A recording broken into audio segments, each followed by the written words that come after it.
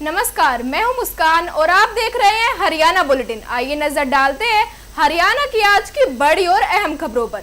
पिंजौर के ऐतिहासिक यादविंद्रा गार्डन में आयोजित 33वें मैंगो मेले का भव्य समापन हो गया है। 3 दिनों तक चलते इस आयोजन में 40,000 से ज्यादा लोगों ने हिस्सा लिया। पर्यटन और कृषि कर्मियों ने इसे किसानों और पर्यटन का राष्ट्रीय मंच बताया।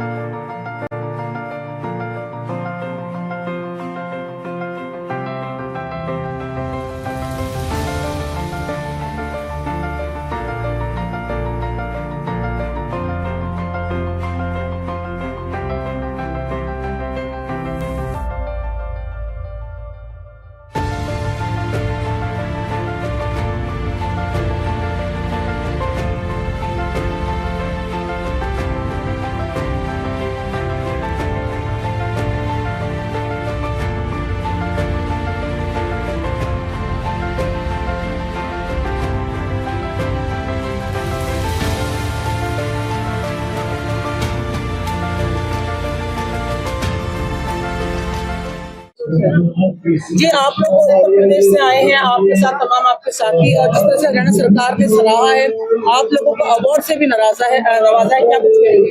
जी, बहुत अच्छा लगा है। आज हमें जो है हिंद आम केसरी का अवार्ड मिला है और ये करीब 21वीं बार मुझे अवार्ड मिला है आज।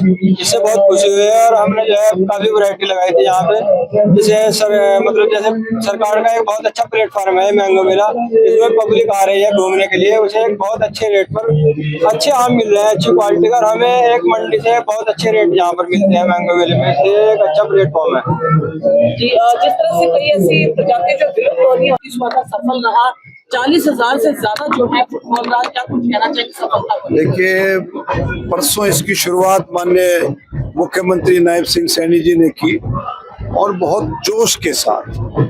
अब देखिए, जितना उस दिन स्वागत किया किसानों का मुख्यमंत्री जी ने, 5 स्टेटों के 5 राज्यों के किसान आए हुए हैं, बागवानी से आम के खेती से जुड़े हुए, उत्तर प्रदेश से, उत्तराखंड से, पंजाब से, हरियाणा से, हिमाचल प्रदेश से 200 से ज्यादा वैरायटीज लेकर के आए हो किसान भाई। और बहुत अच्छे तरीके से आपने एक बात भी हमने देखा कि मुख्यमंत्री जी के नेतृत्व में आम के बागवानी किसानों के लिए 42 आपको यहाँ पे आम केसरी का अवार्ड से नवाजा गया है, क्या कुछ कहना चाहेंगे और यहाँ के इंतजामों और हरियाणा सरकार के प्रयास को लेकर क्या कहेंगे? मैम, हमको यहाँ पे, हम लखनऊ से आए हुए हैं शादाब अली, लेकिन हमको यहाँ पर आकर के बहुत अच्छा लगा और यहाँ पे हमको आम केसरी मंत्री जी ने दिया और बड़ी तारीफ की हमारे मोदी मैंगो की, नायाब मैंगो की। और यहाँ हमेशा आने की कोशिश करेंगे कि हमको इतना अच्छा ही लगा। इतना हरियाणा सरकार और उद्यान विभाग, इन लोगों ने हम लोगों को रहने से, खाने तक की हर सुविधाएं दी, हर तरीके से हम लोगों का साथ दिया उन लोगों ने, उनका मैं शुक्रगुजार हूँ हमेशा के लिए। जैसे लगातार आप कार्यक्रम और आपने कैसे इस मंच से भी जैविक खेती के, प्राकृतिक खेती के गुणों के बारे में लोगों को बताया, किसानों को? तो इसमें जो आम का जो मेला लगा है, ये 33वां मेला है। इसमें जो हम चाहते हैं अभी, माँ के नाम पेड़ लगाओ, तो हम अगली बार जैसे वैरायटी आंबों की है, इन्हीं वैरायटियों के पौधे यहाँ पर रखेंगे। जिस किसान को, जिस भी साथी को जरूरत होगी, वो यहाँ से आसानी से ले सकेगा। क्योंकि मेलों का प्रभाव तो तभी अच्छा रहता है तब हम जमीनी स्तर पे किसी काम को शुरू करेंगे, पेड़ पौधे लगाएंगे, बाग लगेगा, ऑक्सीजन आएगी। हरियाणा में बीजेपी का स्वच्छता से स्वागत अभियान आज से शुरू हो गया है। मुख्यमंत्री नायब सिंह सैनी ने पंचकुला में झाड़ू लगाकर और पौधारोपण कर अभियान का शुभारंभ किया। इस दौरान कई वरिष्ठ नेता भी मौजूद रहे।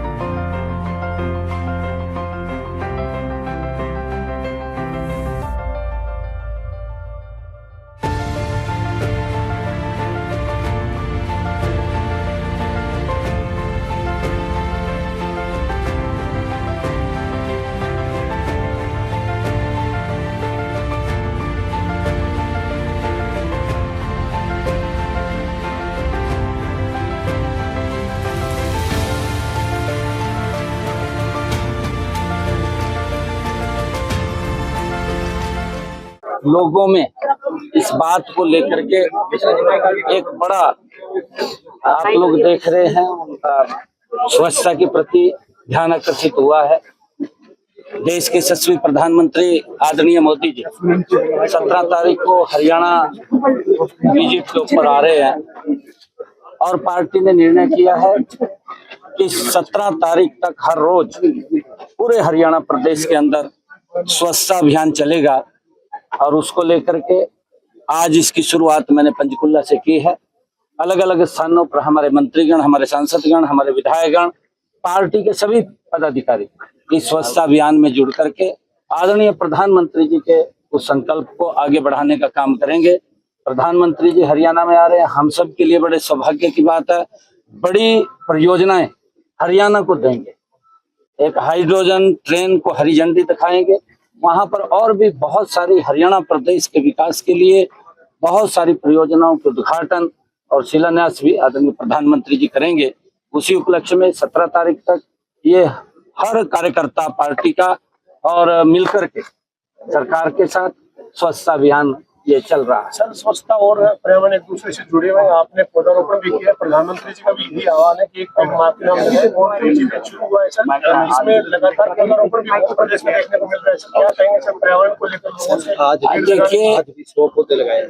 आज मेरा अपील है, क्योंकि मैं जहाँ पर जाता हूँ मैंने भी स्वयं संकल्प लिया है कि जिस स्थान पर भी जाऊंगा 100 पौधे वहां पर हम लगाएंगे। आज भी यहाँ पंचकुला में एक पेड़ माँ के नाम 100 पौधे यहाँ पर लगाए गए हैं।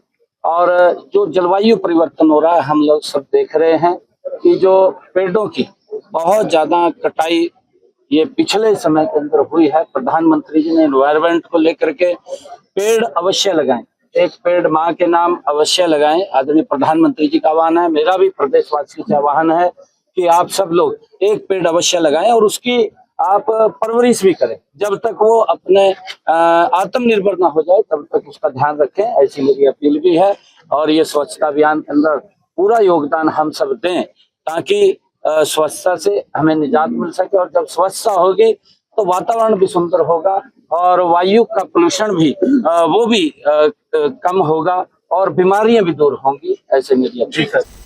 कुरुक्षेत्र के शाहबाद में सरकारी पेट्रोल पंप से डीजल भरवाकर एक कार चालक बिना पैसे दिए फरार हो गया। विरोध करने पर सेल्समैन को करीब 1 किलोमीटर तक कार में घसीटा गया और बाद में धक्का देकर सड़क पर फेंक दिया। पूरी घटना सीसीटीवी कैमरे में कैद हो गई है।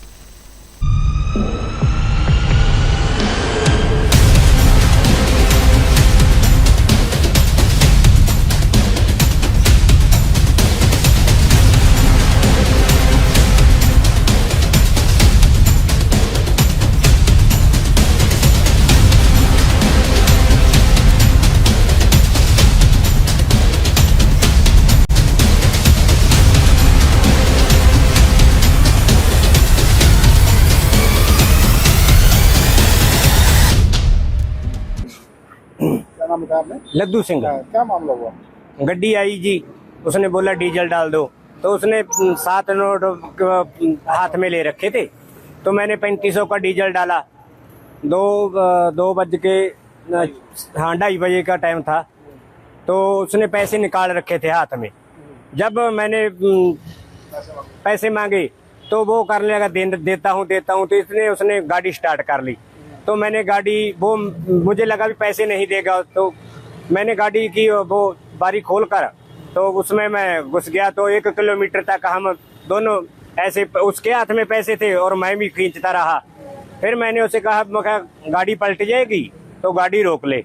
वो बोला पैसे छोड़ दे, मैं गाड़ी रोक देता हूँ।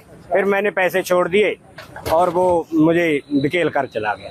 हाथापाई भी किया? हाँ, एक वो गाड़ी चला रहा तो मैं भी खींच रहा था, वो उधर से वो खींचता था, इधर से मैं खींचता था।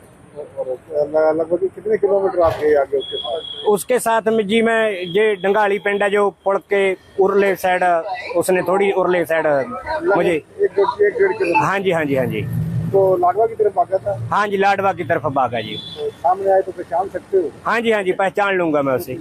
गाड़ी का कोई नंबर था आगे? ना जी ना, आगे ना पीछे गाड़ी का नंबर नहीं था।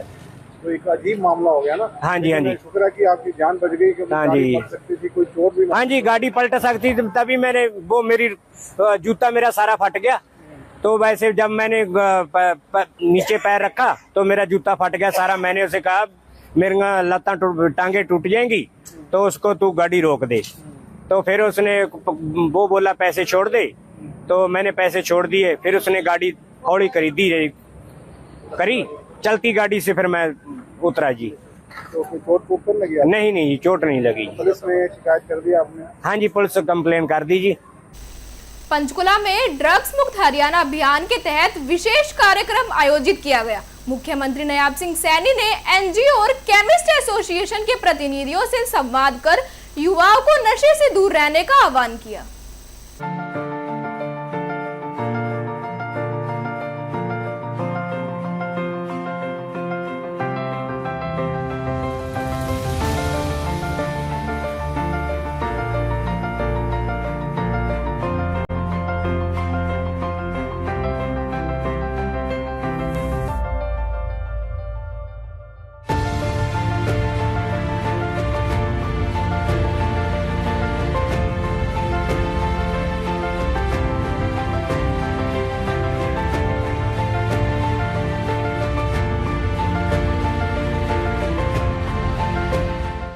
मेरे सब आज सीएम साहब द्वारा एक कार्यक्रम किया गया, बल्कि न केवल उसमें जो केमिस्ट थे उन्होंने भी अपनी समस्याएं रखी और सीएम साहब ने भी केमिस्ट के सामने अपनी बात रखी। क्या कहना चाहेंगे? मैं परवीन कोहली, मेयर हिसार और हिसार में केमिस्ट भी हूँ। आज माननीय मुख्यमंत्री जी का मैं कोटि कोटि धन्यवाद करूँगा कि उन्होंने जो एक संवाद केमिस्ट एसोसिएशन के साथ और एनजीओ के साथ जो कि लगातार ड्रग मुक्त हरियाणा बनाने में अपना सार्थक प्रयास कर रहे हैं, सार्थक साथ दे रहे हैं। और माननीय मुख्यमंत्री जी ने सबके साथ संवाद करके एनजीओ को और केमिस्ट एसोसिएशन को इसके लिए प्रेरित भी किया और उनके काम करने में जो समस्याएं आ रही हैं उसकी सुनवाई के लिए उन्होंने आश्वासन दिया कि किसी तरह की इस तरह के संगठनों को काम करने में परेशानी ना हो। उसके लिए भी सरकार माननीय मुख्यमंत्री जी के नेतृत्व में तत्पर है और पूरे हरियाणा को उनका जो संदेश था कि ड्रग मुक्त हरियाणा बना कर रहेंगे, ऐसा उन्होंने आज जो एक सार्थक प्रयास किया है उसके लिए बहुत बहुत पूरा केमिस्ट एसोसिएशन और एनजीओ जो है इसके लिए आभार व्यक्त। सिंगला जी, आज कार्यक्रम किया गया, मुख्यमंत्री साहब खुद आए थे केमिस्ट एसोसिएशन द्वारा जो कार्यक्रम किया गया उसमें बताएंगे जरा? आज नशा मुक्त हरियाणा बनाने के लिए माननीय मुख्यमंत्री जी के द्वारा बहुत अहम पहल थी, जिसमें प्रदेश भर से केमिस्ट एसोसिएशन के सारे साथी आए हुए थे और जो एनजीओ इस नशा मुक्त हरियाणा बनाने के अभियान में जुटे हुए हैं वो लोग आए हुए थे। काफ़ी रेजिडेंट वेलफेयर एसोसिएशंस आई हुई थी और आज का कार्यक्रम जो था संवाद का कार्यक्रम था। मुख्यमंत्री जी ने सभी एसोसिएशंस एनजीओ की भी बात सुनी और अपनी भी बात आगे रखी भी हम सब समाज को इस नशा मुक्त हरियाणा बनाने के लिए एकजुट होकर काम करना पड़ेगा। ये सिर्फ लड़ाई शासन या प्रशासन की नहीं है, जब समाज एकजुट होगा तभी हम इसको जो है नशा मुक्त हरियाणा बना पाएंगे। और मुझे विश्वास है माननीय मुख्यमंत्री जी के मार्गदर्शन और नेतृत्व में हरियाणा जो है जल्दी ही नशा मुक्त राज्य बनेगा और भारत के लिए एक आदर्श को स्थापित करेगा। बात की जाए कहीं ना कहीं एसोसिएशन द्वारा अपनी समस्याएं भी रखी गई। वो तो जब संवाद होता है तो अपनी बात रखनी भी चाहिए, रखने का मौका भी मिला और केमिस्ट बिरादरी के अंदर आज इस बात की बड़ी संतुष्टि है कि सीएम साहब के सामने रूबरू होकर अपनी बात को रख पाए और सीएम साहब ने भी आश्वासन दिया है भविष्य में कोई ऐसी समस्या नहीं आने दी जाएगी, उन समस्याओं का निवारण करेंगे। कुरुक्षेत्र में निर्वाचन कार्य में लापरवाही पर बड़ा एक्शन लिया गया है। थानेसर विधानसभा के बूथ नंबर 104 के बीएलओ को तत्काल प्रभाव से निलंबित कर दिया है। उपायुक्त विश्राम कुमार मीणा ने निरीक्षण के दौरान यह कार्रवाई की।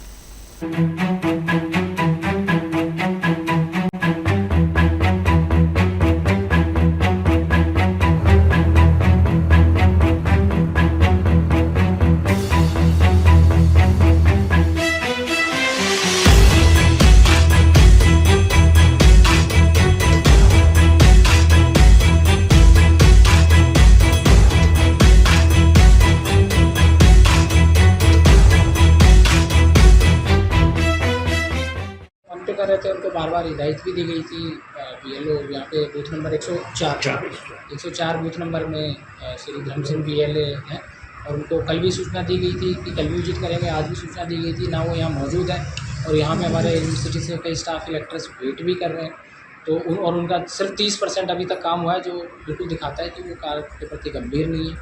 और उनकी पहले भी शिकायतें प्राप्त हुई थी, तो आज हमने उसको तुरंत प्रभाव से निलंबन का आदेश दिया है। मेरी तरफ से निलंबन आदेश सभी तुरंत जारी हो जाएंगे। साथ ही उनकी जगह हमने तुरंत नया BLO अपॉइंट किया है, जो कि अगले 1 घंटे में यहाँ पे रिपोर्ट कर देगा। तो भी मतदाता आए हुए हैं, उनकी ग्रीवेंस को करके अगले 2 से 3 दिन वो कार्य करेंगे यूनिवर्सिटी में। और बाकी जगह में हमारा है कि डोर टू डोर हमारे चाहे BLOs आ रहे हैं, उनको सहयोग करें। जहाँ वोट डालते थे, आप ये याद रखें कि अगर BLO से जिस टाइम मान हो सकता है वो आए और आपका घर बंद हो, आप काम के सिलसिले में बाहर हुए, तो आप जहाँ वोट डालते थे आप बस वहाँ पहुँच जाएँ। 9 से 12, 9 से 1, 2, 3, 4 बजे तक भी हमारे मतदाता, हमारे जो BLO है वहाँ पे मतदाता की सहायता के लिए वहाँ बैठे, तो आप वहाँ पहुँच जाएँ। आपको फॉर्म नहीं मिला है या फॉर्म संभव हमारे देखे और आपसे मिसप्लेस भी हो गया, तो आप वहाँ पहुँच जाएँ, ताकि वहाँ पे हमारे BLO जो है उनके पास एक स्पेयर फॉर्म है और ऑनलाइन भी माध्यम से वो आपका डिजिटाइज कराएंगे। तो किसी पास फॉर्म नहीं है तो ये नहीं है कि भी मैं क्या जमा कराऊँ, वो पहुँच जाए अपने BLO में। सर, आपने भी कुछ लोगों से बातचीत करी है, फ़ोन करके उनसे पूछा, वो भी पहुंच रहे हैं, तो क्या लगता है कहीं ना कहीं उनके पास कॉल नहीं गई? नहीं, उनके पास गई है। वो जैसा जिनसे मेरी अभी 4 लोगों से मैंने तो रजिस्टर में जिन्होंने अभी तक फॉर्म नहीं दिया, क्योंकि हर कोई लास्ट डेट के हिसाब से अपना कर रहा है कि मैं दे दूंगा, क्योंकि यूनिवर्सिटी में जैसे मुझे फीडबैक मिला हमारे BLO साहब के माध्यम से, वो ये कह रहे हैं कि हम जाते हैं, कहते हैं कि हम जमा करा देंगे। तो मैंने तो जस्ट चेकिंग के लिए ये करा था कि भी जो अभी तक फॉर्म नहीं दिया, उनको एक रिमाइंडर उनसे अपील थी कि भी आप कल देंगे, वो आज ही दे जाएँ, ताकि हमारा काम भी निष्पादित हो और हमें एक पता चल सके। अगर आपने देना ही है फॉर्म तो वो चाहे आज दे दें। तो वो उन्होंने कुछ मतदाता तो अभी आ रहा है, कुछ ने कहा है कि हम कल तक आपको फॉर्म दे देंगे। तो ये उस प्रक्रिया का हिस्सा था। वो BLO हमारे जा भी रहे हैं, कॉल भी कर रहे हैं, क्योंकि हमारा अब तक जैसा मैंने बताया कि 80% काम हो चुका, डिजिटाइज हो चुका। तो दैट मीन्स कि मेजॉरिटी मतदाता जो है हमारे फॉर्म दे चुके हैं। तो किसी तरह की कोई टेक्नोलॉजिकल दिक्कत नहीं है, किसी भी तरह के फॉर्म में कोई कन्फ्यूजन की दिक्कत नहीं है।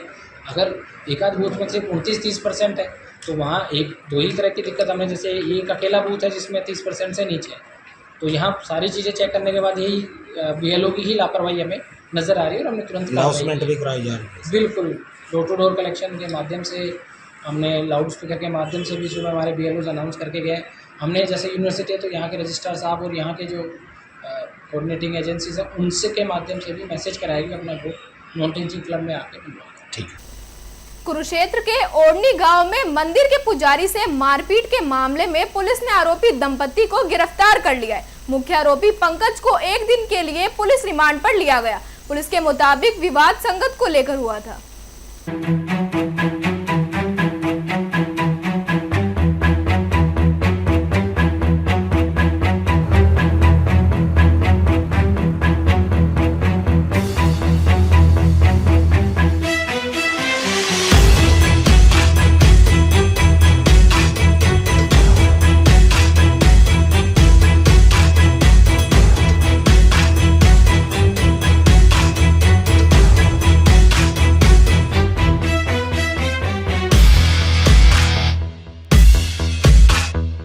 जी सर, क्या बताएंगे? 9 जुलाई 2026 को थाना सदर थानेसर में अधोनी गांव के सरपंच के द्वारा सूचना प्राप्त होती है कि हमारे गांव के मंदिर के पुजारी बाबा योगीनाथ गिरी को किसी ने पीट दी है, वो मंदिर में नहीं है।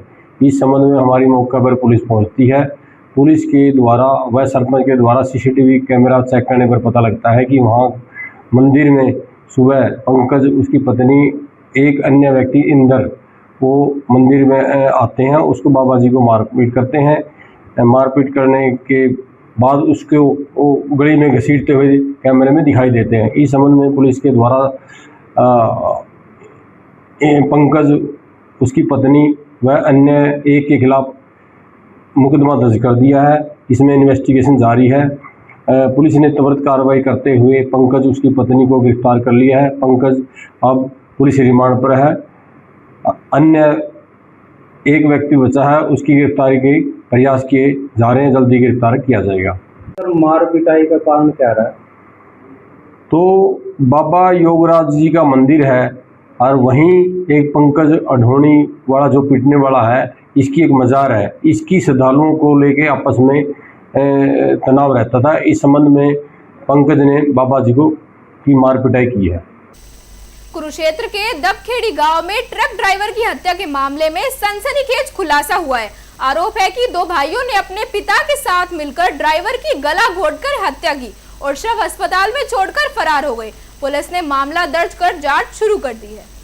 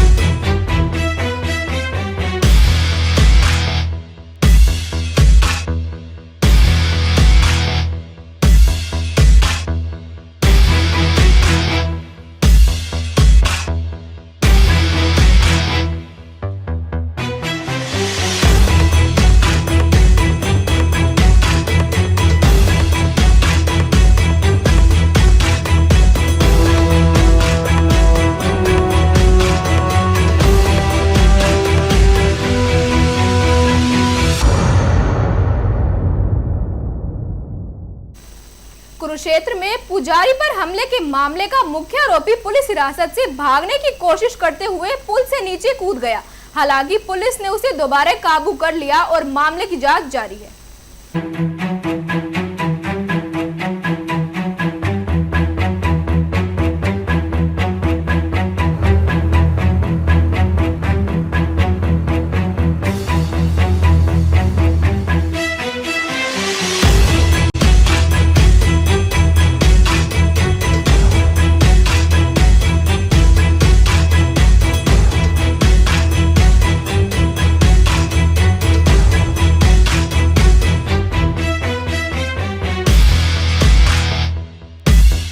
क्या कहेंगे, क्या मामला?